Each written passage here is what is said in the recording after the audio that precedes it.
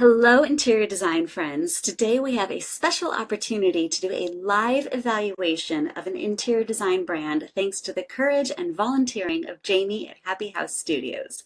Hey Jamie, thanks for letting us do this live with your brand. First, we're going to look at the facts of Jamie's business and the feelings she has right now. Then we're going to review her website and her other marketing material, including her Instagram and her Substack. We're going to talk about what's going great, and we're going to do a deep dive into my recommendations. I'm about to start speaking directly to Jamie, but this is meant for all of us to learn from so that you can evaluate your own website or decide to hire me to do an evaluation of your website for you. Let's dive in. Let's start by establishing the facts and the feelings that we're dealing with. Facts. Jamie, you are an interior designer. You graduated in 2022 and you started your business in 2024. You're certified in biophilic design, healthy materials, and neuroaesthetics. You have a BA in cultural anthropology. You're a former licensed massage therapist, former licensed health coach, and a DJ who just got a radio show. You are great at biophilic design, neuroaesthetics, spa treatment room design, healthier specifications in general, weeding through wellness BS, astrology, and the operations of a spa. Now let's look at the feelings you're having, which I know a lot of interior designers can relate to. You said that your big goal is for all of your disparate ideas to come together. You're interested in design and culture and anthropology and music, astrology and cuisine. And your big dream is that you would have a business that collects all of these things under one unified brand. You want to be known as a biophilic designer, but as one who does a lot of other things too, like other famous designers who have a lot of side projects and brands and collabs. You're having all the feels: frustration, impatience, hope, curiosity, totally overwhelmed trying to sell the course, promote your design services, realizing you don't even like doing quick consultations, even though they are a good moneymaker. You said you're having trouble converting the massage crowd, who should be your natural clients, into paying clients. You have been shifting your marketing to spa owners and directors, but you're not feeling like that's getting the traction it should be getting. The lack of cash flow has created a lot of doubt about this career path, doubt in myself, and general stress. I felt the same way when I started out too. I had to do a lot of side gigs to make the ends truly meet. I rented out rooms in my house, and I did a lot of physical painting of walls after color consults to get those bills paid. So know that the side gig hustle is very real for most solopreneurs in the first 3 to 5 years of business, and especially in the first 1 to 3. You also said you're starting to feel like, how can I sell my services when I lack a portfolio? And I'm glad you said that, because that's going to come up in our website review. So those are our feelings. Let's get some perspective on where you're actually at. Are you on track? Are you totally failing? Are you totally succeeding and you just don't know it? Let's find out. We're going to start by peeking at your website. When I evaluate a designer's website, the first thing I'm going to look at is the very first impression above the fold. That's just website speak for what do I see before I scroll. And in this case, I see sensual interiors for well-being with the background of very lush plant life. Now, I actually love this because it's very different from what I would see on most interior designers' websites. But it is definitely hiding a lot of really important information about who you actually work for and what kind of services you offer. There is nothing here that's telling me that you deal with treatment rooms, massage practices, or anything like that. That could be signaled up here in your menu. It could also be signaled in the tagline. It is signaled when we scroll down. So we've got a nice little tagline here. We design wellness spaces with timeless materials that soothe the senses. And then it goes directly to check out our online CEU course for massage therapists, health practitioners, spa directors, and wellness clinic owners. There's some good SEO here and some good clarity, but none of that shows up above the fold. We must scroll in order to have any clue that that's the work that you do. As I scroll past that, we talk about elevating your space. We have a call to action to explore interior design services, a nice nod to your geography, and what I assume is a link for your newsletter, but there's no context here helping me say, oh yeah, I want to sign up for her Substack. If I leave that page, I go to your course. Again, in the menu, there's nothing here telling me that this is a DIY course or that it is for massage practitioners. But once I click through, it's quite clear. Treatment room course. I've got a picture of a treatment room. I see healthcare practitioners. I've got a price. I've got CEUs, some good signals. I am noticing that we're using some lingo here, biophilic design and neuroaesthetics. I don't know if that's actually what your spa practitioners are searching for. Some things about the design process and some solutions for common issues. That's a missed SEO opportunity right there. Even saying solutions for common massage room issues would boost your SEO. What I noticed when I was doing my scroll is that right here you say, discover how to make small spaces work. That's a key problem in most treatment rooms. Ensure accessibility for all. Very important since we're often massaging people who are having mobility issues. Reduce noise, important for calm, improve air quality, important for wellness, and create the perfect table setup. These are key sales details that would help somebody decide to take this course, but they're buried and somebody would have to dig to find them. We've got a meet your instructor moment, some FAQs, love that, and then the video course is locked because they'd have to buy it. If I click learn more, I do have an easy way to actually learn more and buy it. I love that. Rather than saying learn more, it might be nice to say learn more and buy here so that people know that's where that button's going to take them. Over on services, we've got full service design and styling. This is a common problem that I see for interior design websites. You have a list of services, but they aren't distinguishable from other interior designers. I have zero price signaling and I have zero process signaling. I could copy and paste this to another designer's website and nobody would know the difference. You're missing some really key sales opportunities here.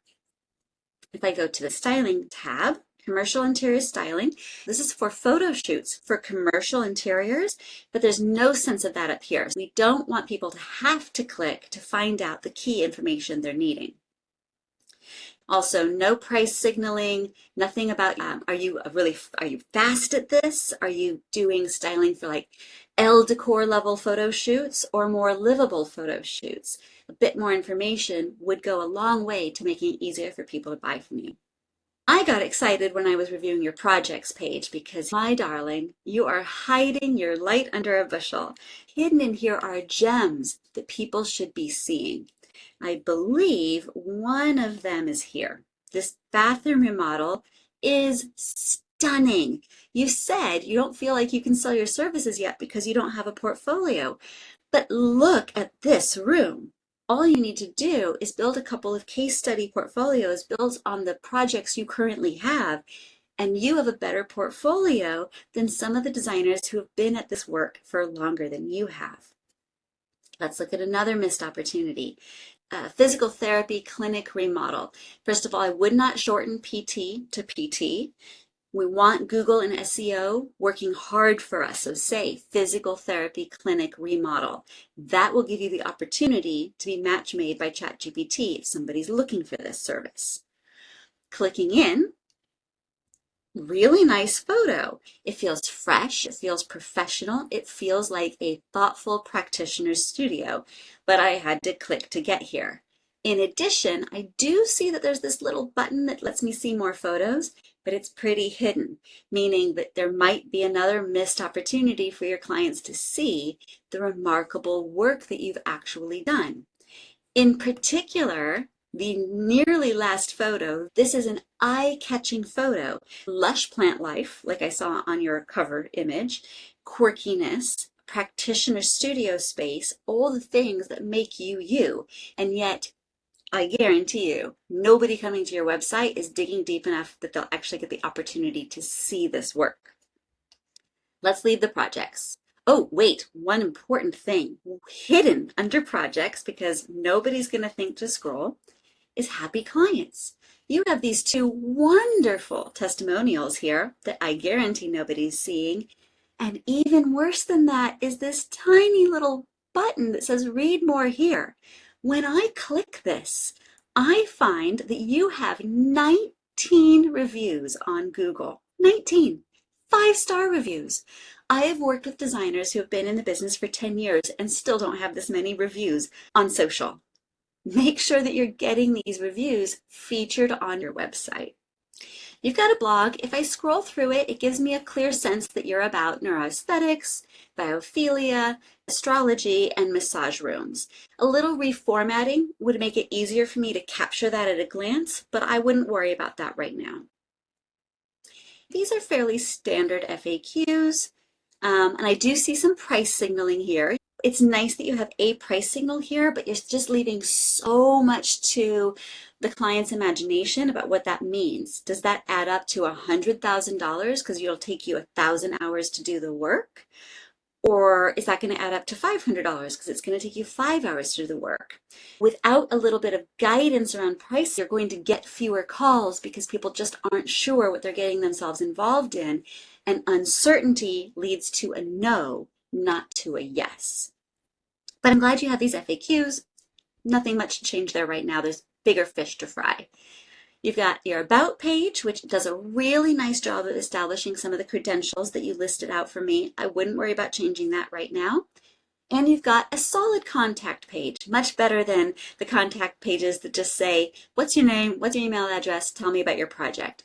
You have some good questions that'll help you prepare for your discovery call, like, is this a residential project or a commercial project?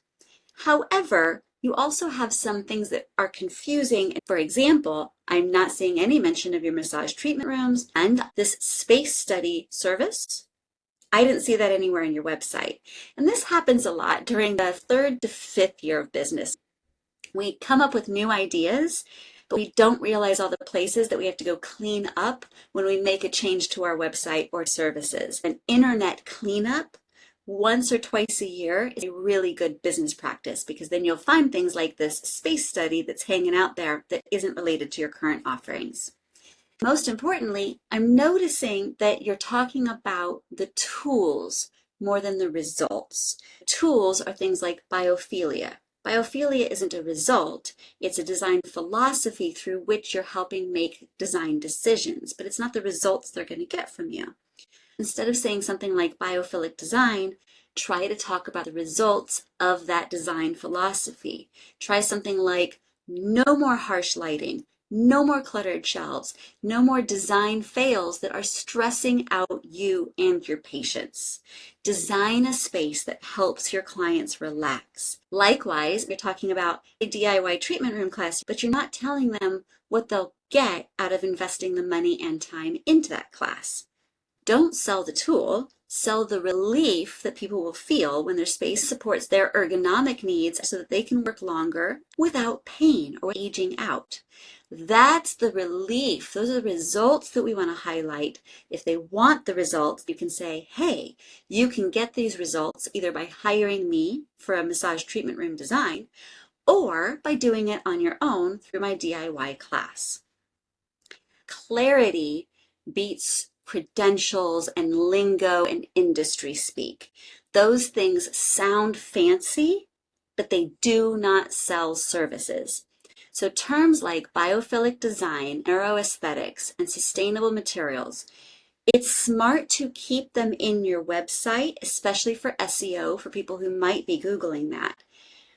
But somebody who is just trying to figure out how to make their own practice more profitable, they aren't thinking that high level about design. They're just going, how can I make more money for less effort? We have to translate your genius into plain benefit-driven language. We want to think about our headlines in terms of the transformation and results that we're giving.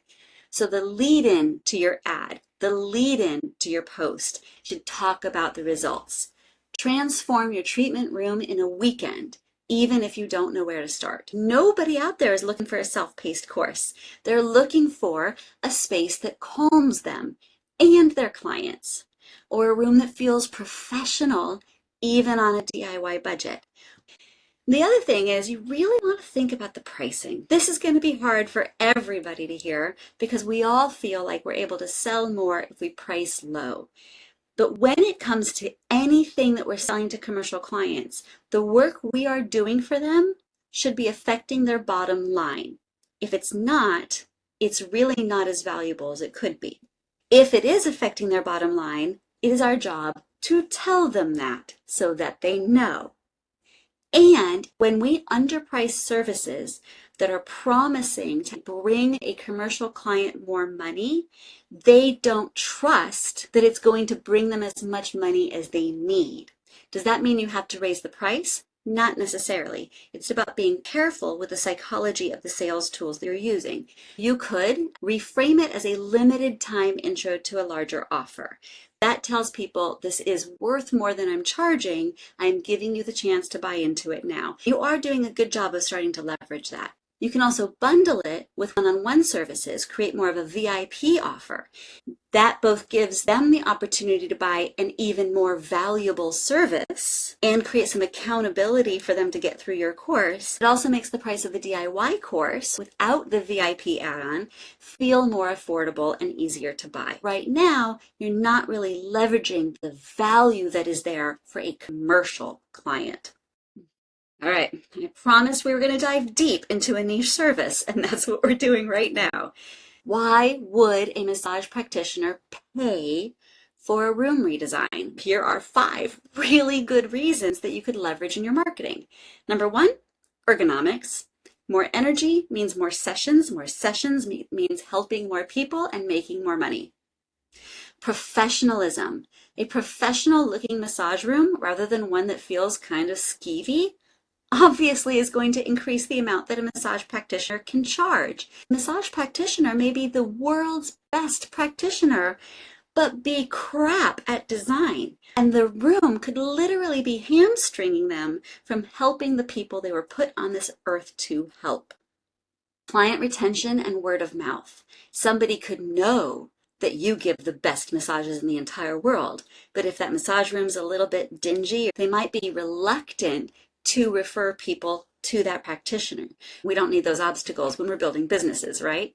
If that practitioner has employees or they rent out that room to other practitioners, a well-designed room is going to bring in people who are more professional, which means that they're more likely to take care of that space and leave it in good condition for the next practitioner.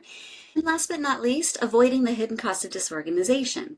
Toyota didn't develop this entire system of efficiency just because it was fun. They did it because it literally helped them to make money as a company with less wasted resources. So bad lighting means headaches. Weird room flow means awkward transitions. And I have actually had practitioners who've stumbled during massage and then kind of landed on me with their hands in an awkward, not massagey way.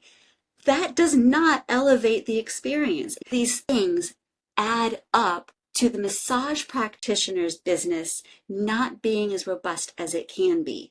That's what you're selling through treatment room design, but currently that's not what's being marketed about your treatment room classes. You have to put out content that says, this is what I'm an expert in. These could be blogs, these could be articles, podcast episodes, Instagram posts. Every single marketing angle is repurposable in any kind of marketing format necessary. These are written as blog or article titles. Is your treatment room costing you clients? 5 design mistakes that drive people away and how to fix them fast. Tired after every session? Your room layout might be the problem. From spa to superstar, how a professional treatment room can help you raise your rates. If all I ever did was scan your blog titles, I'd be like, oh, this person seems to be an expert in this area, and that's an area in which I need help. Now let's take a look at that Substack. This is the latest Substack newsletter that I got from you, Interior Design times Virgo. You are unapologetically putting out there that you are about interior design and astrology. Beautiful. In terms of my notes, I would say that this is a very long newsletter, which might be okay if all of the subjects were the same subject, but they're not. As I go through the newsletter, first I start with what the subject line was about, which is great. After that, you've got a nice collection of photos that might represent your Instagram feed. Then you go into, this is the last chance to get a discount on my treatment room design course. Then you go into your new radio show. And finally, you've got some resources around multi-level marketing to help people avoid MLMs or get out of them. The problem is that if the subject line doesn't catch the reader's attention, they might not open that particular email, and then they could miss the stuff that's buried under the stuff that the newsletter subject line was actually about. The good news is you could easily subdivide these into 4 weekly newsletters. As one of the readers, I'd be a lot more likely to get to the end of the newsletter because I wouldn't feel overwhelmed with too much information in my busy schedule. Week 1, you could do exactly what you did. Virgo plus making space in your home. Week 2, last chance to make a better space for your massage clients at a discount. Week 3, shaping your space via commercial styling. And week 4, making emotional space after trauma. And that's speaking to the MLMs that were in your newsletter. So all of these are framed around making space, but all from 4 different angles that all tie into what your brand is about. Now let's look at that Instagram feed. Up here in the bio, it says sensual interiors for well-being, biophilic and neuroaesthetic design, PDX, and styling. This isn't bad, actually. I love the consistency with the tagline on your homepage. The same notes about biophilic and neuroaesthetic design as I did earlier in terms of it being lingo. PDX works if your clients know that that's a geography signaler. A lot of people not in the PDX area wouldn't know that that's Portland, so that's something to consider. And you've got styling, but that is commercial styling for photography. So is that doing the work it could be doing? It might be able to do some additional work. I'm seeing signals about the fact that you work on treatment rooms, and you've got this course about that. I'm seeing signals about astrology, about your radio show. So you are actually covering the ground here, and some tweaks to your website and to your other marketing would go a lot further right now in getting you traction and clients than worrying about the Instagram feed yet. I also know that you're managing 2 different Instagram accounts. This is all about how many places you're trying to put your energy and if that is helping you succeed or getting in the way of your success. I don't know, but it's something to give some thought to. The real question I think would be, should you even be on Instagram? Because you said you enjoy creating your Substack content, but you don't enjoy content creation like Instagram. So my question would be, why not pour all of your energy there?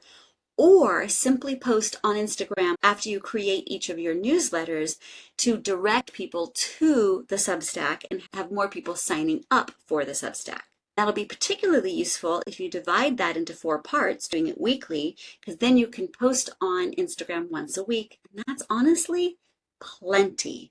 Back to our big brand evaluation. We've established your facts and feelings. We've reviewed your website and your other marketing. Let's talk briefly about what's going great, because a lot of times when we're new in business, we're having wins that are bigger than we even realize. I would say that's definitely the case for you. And there's some opportunities hiding right in plain sight that you could implement very quickly. What are those wins? Well, first of all, you only graduated in 2022 and you opened your firm in 2024. It's now 2025, only a year and a half later, and you've built an entire course and started marketing it, and you've gotten good feedback on the webinar that you gave with Massage Magazine. I know it feels like you've been working on this forever and like it should have so much more traction than it does. But here's the thing about that. Anybody who takes the time to build a good course have been so obsessed with it for months, if not years, that they can't believe that it's not getting traction and that people aren't talking about it. The problem is that thinking about it a lot is not marketing it. Just because you have been living and breathing this idea for months does not mean your ideal client has any idea that it even exists. Even though you've posted about it dozens of times doesn't mean your ideal client has seen that post even once. I know you know this, but I want to acknowledge that you have been living and breathing the course creation. And so that's where that natural frustration comes from in feeling like you should be further along than you are. Take it as a win that you have come this far and already gotten feedback from an industry partner. You also have done pro bono stylist work that led to a paid gig. That's huge. Just like when I did my free color consultations at Benjamin Moore in my early years of being in business that led to paid color consultations. You are doing the right things. It just feels like it's going slower than you want. But my most favorite win for you are those 19 reviews on Google. Feature those 19 reviews. Put them on Instagram if you're going to be posting on Instagram. Get them everywhere you can. I would love to see those peppered throughout your website to leverage that social proof that a lot of interior designers would kill to get. Unbury those gorgeous portfolio pictures. Feature the Harrison Project bathroom. Feature that physical therapy clinic, orange arch, gorgeous photo. You don't need a lot of pictures. You just need a few that really represent the kind of work you want to do more of. And you have that. So let's leverage it. Okay, deep breath, because now we're going to dive real deep. We're going into recommendations. Big picture first. I understand why you're feeling so scattered. When I read the list of things that you wanted to incorporate under your big umbrella, I also needed a minute to get my head around all of it. I like to do that with a mind map. As you can see, this is a lot. This explains why you feel disconnected and overwhelmed. As we all learned from Greg McKeown's amazing book, Essentialism, every single arrow that points away from our center circle represents energy that we have to put out. There is only one of us. We only have a certain amount of energy. And if every single arrow is getting a little bit of gas, then we're going to be putting out a ton of energy and fuel, but nothing's going to be moving faster than a snail's pace. And that's where we can start feeling so much frustration and defeat. I know that what's top of mind for you is how to bring all of these disparate ideas together.